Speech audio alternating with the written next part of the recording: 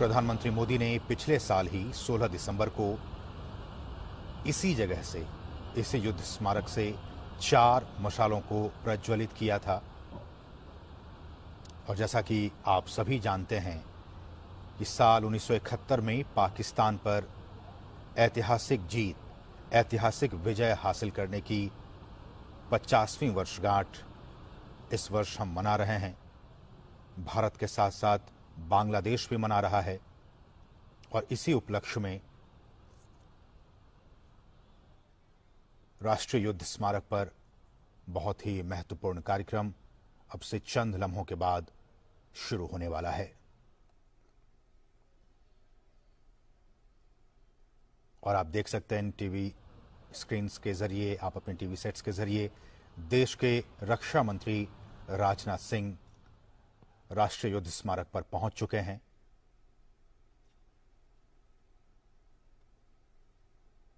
और अब से कुछ ही क्षणों के बाद आप देख पाएंगे कि प्रधानमंत्री नरेंद्र मोदी भी राष्ट्रीय युद्ध स्मारक पर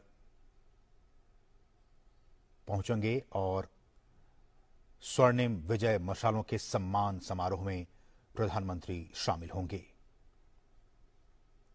सीधी तस्वीरें राष्ट्रीय समर स्मारक दिल्ली से, ये आप सीधी तस्वीरें देख सकते हैं। और अब से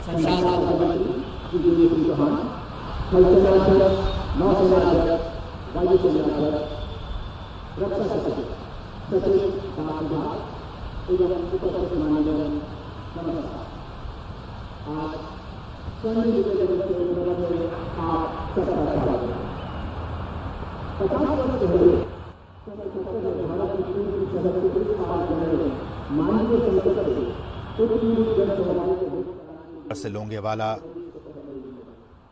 रणकच्छ और अगरतला तक इन मशालों को घुमाया गया। और सबसे महत्वपूर्ण बात यह कि इन मशालों को, प्रज्वलित मशालों को युद्ध वाले स्थलों के साथ, जी हां, युद्ध वाले स्थलों के साथ 1971 में जो युद्ध भारत और पाकिस्तान के बीच हुआ था, उस युद्ध के लिए वीरता पुरस्कार पाने वालों और इस युद्ध में हिस्सा लेने वाले पूर्व सैनिकों के घर भी ले जाया गया। बहुत ही महत्वपूर्ण, इन चारों मशालों को उन 1971 के युद्ध में जो वीरता पुरस्कार जिन्हें मिला है, उनके और उन पूर्व सैनिकों के घर ले जाया गया। और ये फिर चारों मशालें सियाचिन से शुरू होकर कन्याकुमारी, अंडमान निकोबार से लोंगेवाला, रण के कच्छ, अगरतला तक देश के सभी हिस्सों में इन्हें घुमाया गया। और ये मशाल अब यहां पहुंच चुका है। चारों मशालें अब से कुछ ही देर के बाद युद्ध स्मारक पहुंचने वाली हैं, जहां प्रधानमंत्री मोदी इन मशालों को, यहां जो अखंड ज्योति जल रही है, उसके साथ प्रधानमंत्री मिला देंगे। तो बहुत ही महत्वपूर्ण ये कार्यक्रम प्रधानमंत्री का, आप देख सकते हैं इन तस्वीरों में तमाम हमारे रक्षा से जुड़े लोग राष्ट्रीय युद्ध स्मारक पर मौजूद। और आज ही के दिन साल 1971 में, आज से ठीक 50 साल पहले, और आप देख सकते हैं हमारे जो शहीद सैनिक थे, उनके नाम उकेरे गए हैं इस युद्ध स्मारक पर। और इस सोच के पीछे भी, ये जो विजन है, उसके पीछे भी कहीं ना कहीं प्रधानमंत्री नरेंद्र मोदी का हाथ, कि एक युद्ध स्मारक हो और उस युद्ध स्मारक के चारों तरफ हमारे वीर शहीद सैनिकों के नाम उकेरे जाएं। आज बांग्लादेश की आजादी के 50 वर्ष पूरे हो रहे हैं, स्वर्णिम 50 वर्ष। और इसी कड़ी में हिंदुस्तान के अलग अलग हिस्सों में, ये आपको मैं बताऊं,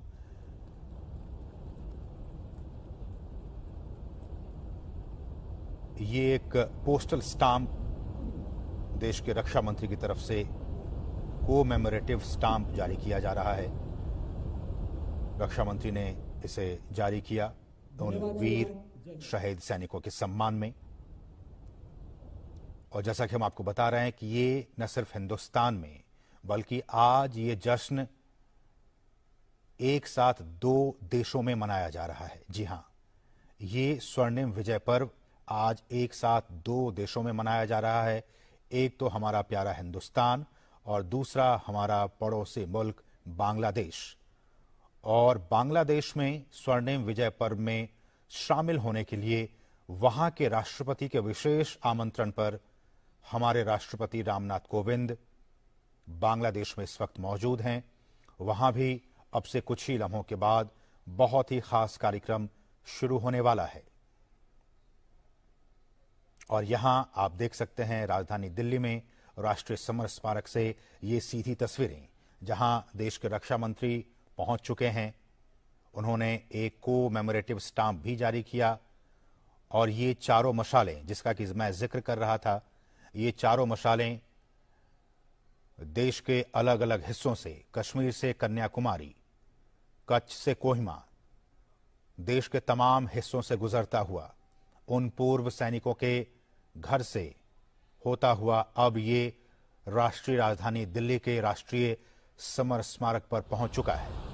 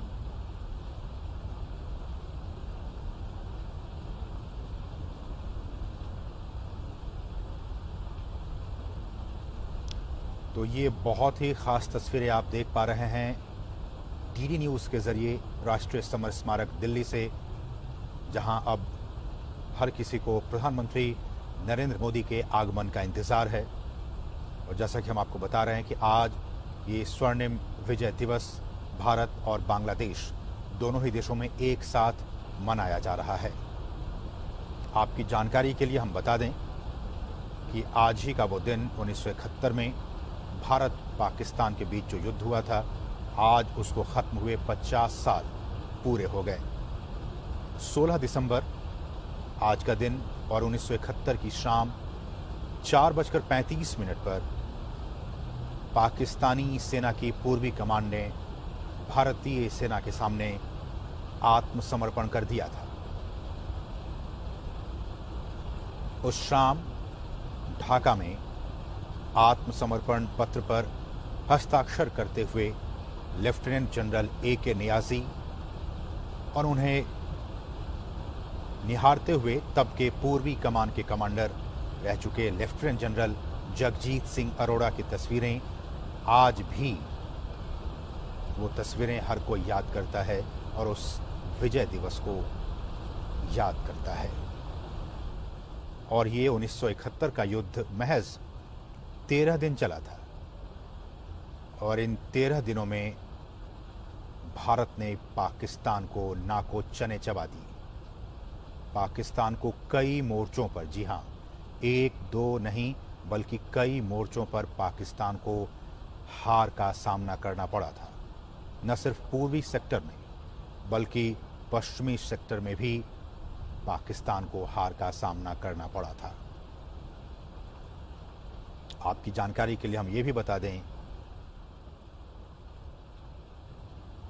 कि 1971 के युद्ध में वो जो महज 5 लड़ाइयाँ लड़ी गईं भारत और पाकिस्तान के बीच में, उसमें से जो एक लड़ाई थी वो थी बसंत सर की लड़ाई। जी हाँ, बसंत सर की लड़ाई। एक नदी है पंजाब में, रावी की एक सहायक नदी है ये बसंत सर।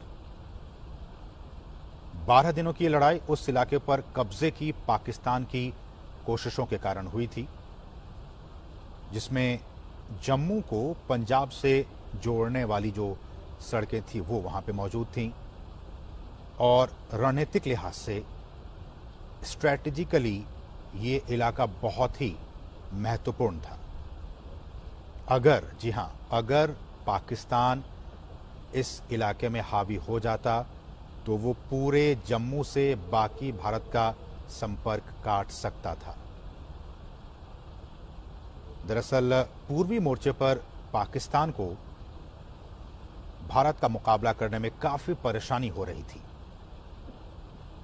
और चालबाजी पाकिस्तान की वो ऐसी कि उसने ध्यान भटकाने के लिए पश्चिमी सेक्टर में मोर्चा खोला और उसका सिर्फ और सिर्फ एक ही मकसद था कि इस पूरे युद्ध को लंबा खींचना। लेकिन पाकिस्तान के इस चालबाजी को भारतीय सेना समय रहते समझ गई और भारतीय सेना ने चौंकाने की नीयत से जरपाल इलाके में पाकिस्तानी चौकियों पर हमला बोल दिया। 4 दिसंबर 1971 को बसंतसर की लड़ाई शुरू हो चुकी थी। हालांकि उन दिनों परिस्थितियां भारत के खिलाफ थीं, मगर सैनिकों ने बाद के दिनों में गजब का जज्बा दिखाया। पाकिस्तान को खदेड़कर पीछे कर दिया और भारत की सेना पाकिस्तान में इतना भीतर तक घुस चुकी थी कि सियालकोट में मौजूद पाकिस्तानी सेना का बेस अब बस कुछ ही दूर रह गया था। और इस सब के बाद पाकिस्तान के पास जवाबी हमला करने का अब कोई रास्ता नहीं बचा था। उसे लग रहा था कि भारत अब बड़ा हमला करने वाला है। डर का नतीजा ये हुआ कि बिना शर्त आत्मसमर्पण का प्रस्ताव पाकिस्तान की तरफ से आया और संघर्ष विराम डिक्लेयर कर दिया गया। आपको यह भी बता दें कि उस बसंतसर की लड़ाई में भारत 1000 वर्ग किलोमीटर से ज्यादा के इलाके पर कब्जा किए बैठा था। बाद में पाकिस्तान के 350 वर्ग मील इलाके को भारत में शामिल किया गया। इसके बाद जो दूसरी सबसे अहम लड़ाई लड़ी गई वो थी लोंगेवाला की लड़ाई। आप सभी ने इतिहास के पुस्तकों में इसके बारे में जरूर पढ़ा होगा, जाना होगा, समझा होगा और आज उन लड़ाइयों के बारे में एक बार फिर से आपको जानने समझने की जरूरत है, क्योंकि आज उसी युद्ध पर विजय के स्वर्णिम विजय दिवस के तौर पर भारत में ये जश्न मनाया जा रहा है, ये उत्सव मनाया जा रहा है और साथ ही साथ भारत के साथ बांग्लादेश में भी ये जश्न मनाया जा रहा है, जहां हमारे राष्ट्रपति, हिंदुस्तान के राष्ट्रपति रामनाथ कोविंद वहां पे इस स्वर्ण जयंती समारोह में शामिल इस वक्त हो रहे हैं। लोंगेवाला की लड़ाई पर अगर नजर डालें, निगाह डालें तो ये 4 और 5 दिसंबर की दरमियानी रात थी जब टैंकों से लैस 4000 पाकिस्तानी सैनिकों ने लोंगेवाला बॉर्डर पोस्ट पर हमला किया था। लोंगेवाला पश्चिमी सीमा पर मौजूद बहुत ही महत्वपूर्ण, स्ट्रेटेजिकली बहुत ही महत्वपूर्ण, रणनीतिक तौर पर बहुत ही महत्वपूर्ण अहम पोस्ट थी। पाकिस्तानी सैनिकों ने 5 दिसंबर की सुबह करीब 1 बजे बॉर्डर पार कर आगे बढ़े। सुबह के उस वक्त लगभग करीब 4:30 बज रहे होंगे जब उनके टैंकों पर भारतीय पोस्ट की नजर पड़ी और सुबह के 7 बजते बजते भारतीय वायुसेना के विमानों ने उन टैंकों पर हमला किया और पाकिस्तानी टैंकों के परखच्चे उड़ा दिए। पूरे दिन रुक रुक कर हमले होते रहे और हर बार पाकिस्तानी सैनिकों के हर एक दुस्साहस का भारतीय सैनिकों ने मुंह तोड़ जवाब दिया। और इसके बाद एक बार फिर दोपहर के 3:30 बजे पाकिस्तानी सेना ने पूरी ताकत के साथ हमला किया, मगर भारतीय जवान एक बार फिर से अपने जोश और उत्साह के साथ वहां डटे रहे और एक बार फिर हमारे वायुसेना के जांबाज जवानों ने, विमानों ने उस इलाके को पाकिस्तानी टैंकों की कब्रगाह बना दिया। जी हाँ, कई बार ये सवाल आपके सामने आता होगा कि ऐसी वो कौन सी जगह है जिसे पाकिस्तानी टैंकों की कब्रगाह कहा जाता है।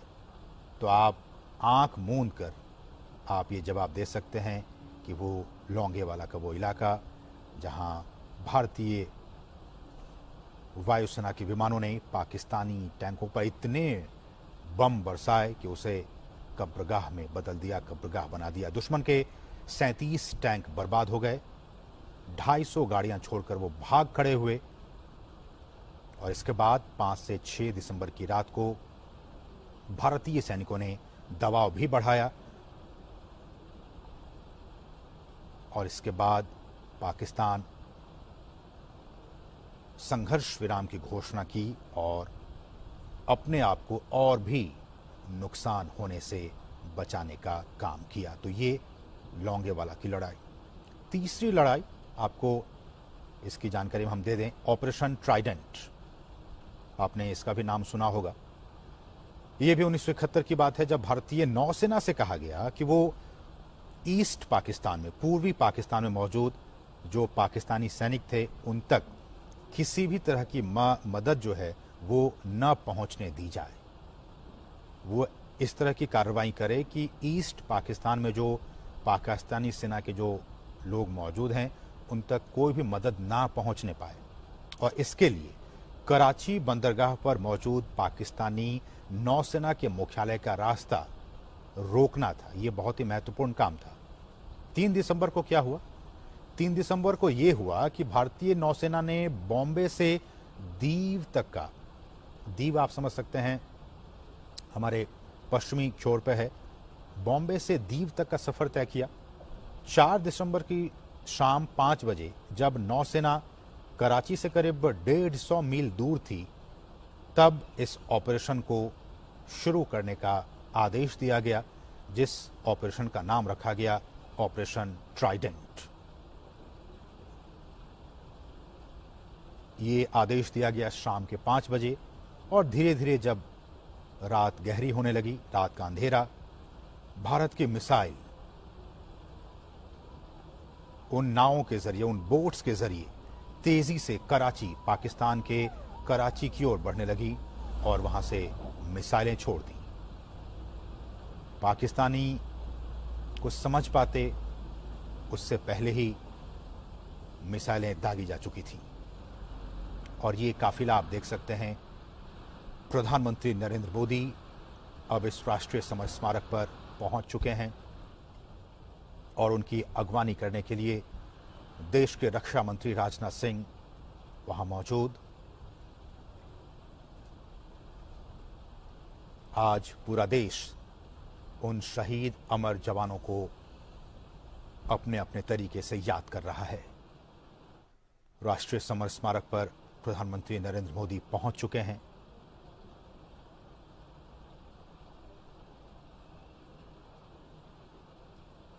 और देश के रक्षा मंत्री ने उनकी अगवानी की है।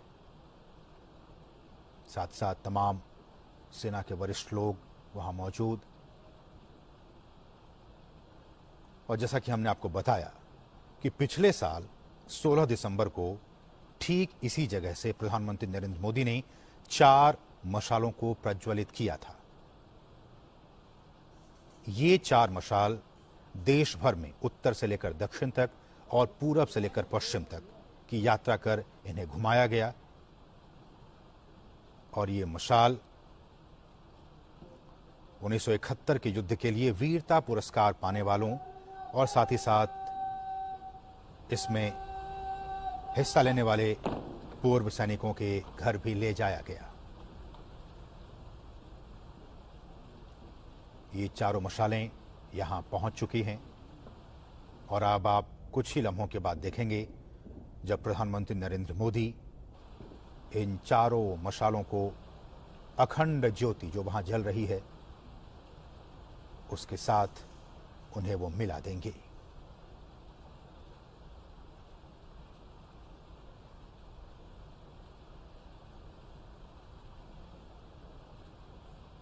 और इस वक्त बांग्लादेश की राजधानी ढाका में क्या कुछ हो रहा है, उसके लिए आप डीडी इंडिया वो देख सकते हैं, और डीडी न्यूज के जरिए हिंदुस्तान में राष्ट्रीय राजधानी दिल्ली में क्या कुछ हो रहा है राष्ट्रीय समर स्मारक पर, इसको आप देख सकते हैं।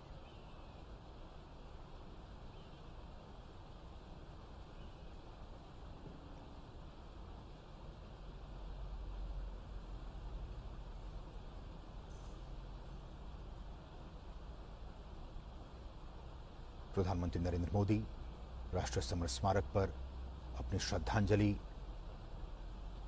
अर्पण करते हुए 1971 की युद्ध में शहीद हमारे वीर सपूतों को, आज पूरा देश स्वर्णिम विजय दिवस मना रहा है और इसी की याद में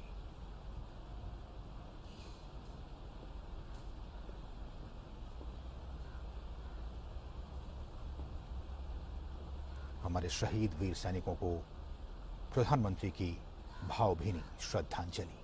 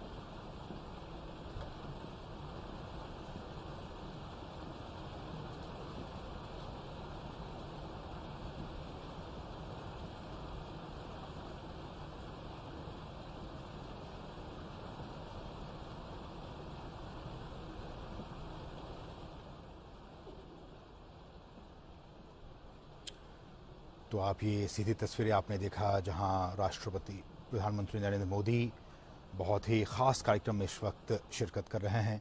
राष्ट्रीय समर स्मारक नई दिल्ली, जहां आपने देखा प्रधानमंत्री नरेंद्र मोदी ने उन चारों मशालों को, जो कि देश के चारों दिशाओं से होते हुए, उत्तर से दक्षिण, पूरब से पश्चिम, तमाम दिशाओं से होते हुए राष्ट्रीय समर स्मारक पर पहुंची ये मशालें, और प्रधानमंत्री ने उन चारों मशालों को वहां पहले से प्रज्वलित हो रहे उस ज्वाला के साथ उन्हें मिलाने का काम किया।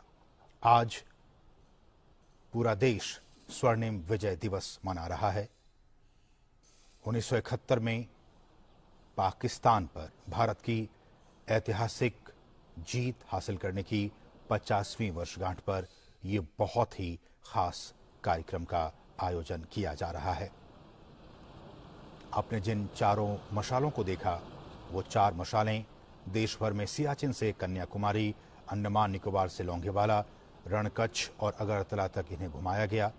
और जैसा कि आपने देखा, प्रधानमंत्री नरेंद्र मोदी ने उन चारों मशालों को राष्ट्रीय युद्ध स्मारक पर प्रज्वलित मशाल के साथ मिलाने का काम किया। और अब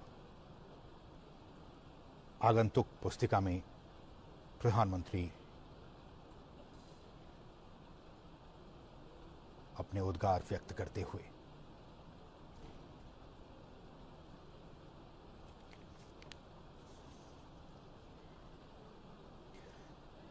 और वो कहते हैं ना कि लेकर सांस मुट्ठी में झुका गए हिमालय को, हाथ में थाम तिरंगा अमर कर गए जो खुद को, लहू सींच कर करके फिर बना गए समृद्ध भारत। उन वीर देश के जवानों को याद करो युगों युगों।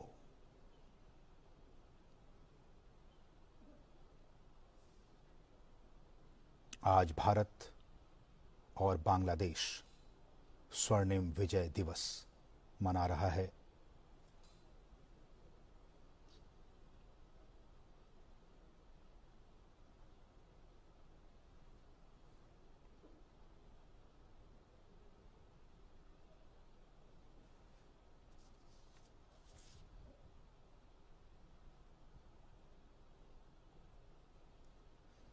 बहुत ही महत्वपूर्ण ये आज का कार्यक्रम, जब पूरा देश उन वीर शहीद सेनानियों को आज याद कर रहा है, जिन्होंने मातृभूमि की रक्षा के लिए अपने सर्वस्व न्यौछावर कर दिए थे।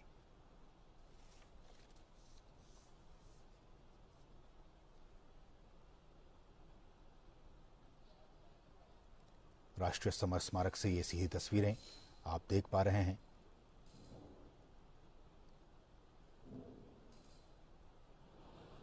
और आज ही के दिन, जैसा कि हम आपको लगातार बता रहे हैं कि 1971 में भारत पाकिस्तान युद्ध को खत्म हुए आज 50 साल पूरे हो गए।